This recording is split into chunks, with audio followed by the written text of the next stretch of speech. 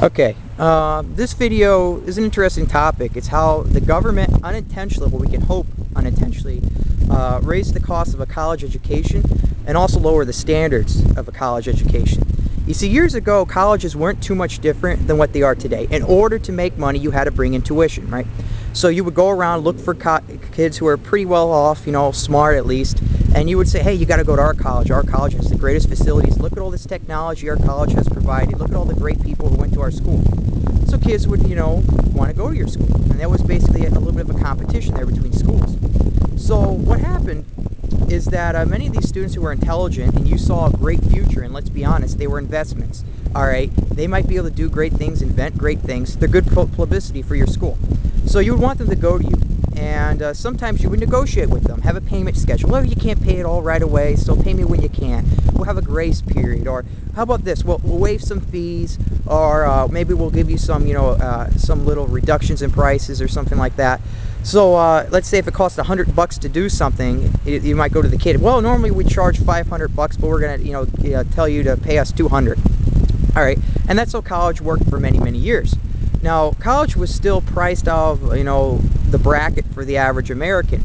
But the idea was that the prices were pretty much stable. They went up through the years, but so did everything. And back in those days, let's be honest, you can get a good blue-collar job, which don't exist anymore. Within a few years, you can make enough money to support your family. All right, so colleges, all right, we're in constant competition with one another, try to build a better facility, provide better education, you know, get more students. So for many years, they had to work with their students to pay. Then all of a sudden, the federal government comes in and says, we want to make college more affordable for more Americans. Good idea. So what happens here is they started supplying students with student loans and grants. So colleges start noticing, well, a lot of these students are coming to our school and they aren't even talking really about affording it. They just come out with a student loan and, oh, we're getting money. We're getting money really easy. The government's writing us checks. And the thing about government money here, people, is that it's pretty much always secure. It doesn't matter. You can get the money at the time of war, get the money at the time of a crisis, whatever. Why? Because if the government doesn't have the money, they're just going to tax their people more. And if that doesn't work, we just print more money. All right? So regardless, you're going to get some money. So the basic colleges here, which are basically almost like companies now, said, hey guys, if we're getting these checks and the government really doesn't care how much it costs, as long as the kid wants to go to our school, it may cost $100 to do something. We charge $500. Why don't we just start charging $1,000? Why don't we just start raising the prices on everything? Because it's more profit for us. Good idea. So what happens is colleges start doing that. They start raising the prices. And here's the interesting thing. When the housing market collapsed recently, only two industries here, two businesses, did not see a decrease in prices. And the first one, all right, was healthcare. The second one was the college. You know, the college industries, college business, whatever you like to call it. That's basically what it is nowadays. And those businesses are both heavily subsidized by the United States government. So here's the thing. Now we know colleges got more expensive. We have to go into the aspect, well, how did the standards of an education decrease? And it was simple. Once again, it was profit. All right, colleges said, well, you know, years ago we invested in all these new science labs. We invested in better teachers, better books. We tried doing things for the community, but, you know, we don't really need to anymore. And one of the best ways to make money is just have more students. I mean, and one of the ways to do so is just simply enroll more kids.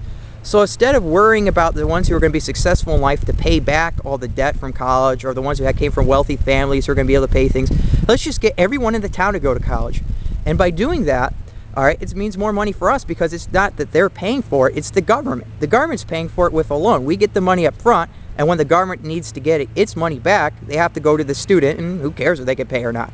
So what they did is they said, well, we have to lower some of the standards of entry to get more kids in who, let's just be honest, are not very bright. And then once we're done with that, we have to keep them in here for 4 years. So if we, you know, let them in for like, you know, like a year or so, and they say, oh, this isn't right for me, we lose a lot of money. But we can keep them for 4+ years, make them have this illusion they're going to be so successful and they're so smart when they graduate. You know, it's more money for us. So we made the classes a little bit easier, let's just be honest. So this way these students could be successful in their school, but then when it comes to real life, maybe not so much. All right, it's a business. That's the unfortunate aspect. Colleges stopped investing in things that provided for better education and started investing in things that had a wow factor. A lot of fancy technology, a lot of buildings, you know, really fancy sports programs, stuff that made its way to television, you know, got the people all interested in college. if they weren't really intellectual. All right, and that's what happened. All right, so the government, you can't really blame the government, but the government's actions had unintended consequences, all right, which now allowed for colleges to manipulate the system a bit. And therefore, we have a very, very high cost of going to school, and at the same time, a very, very low quality of education compared to what we once had. And that's the end of that.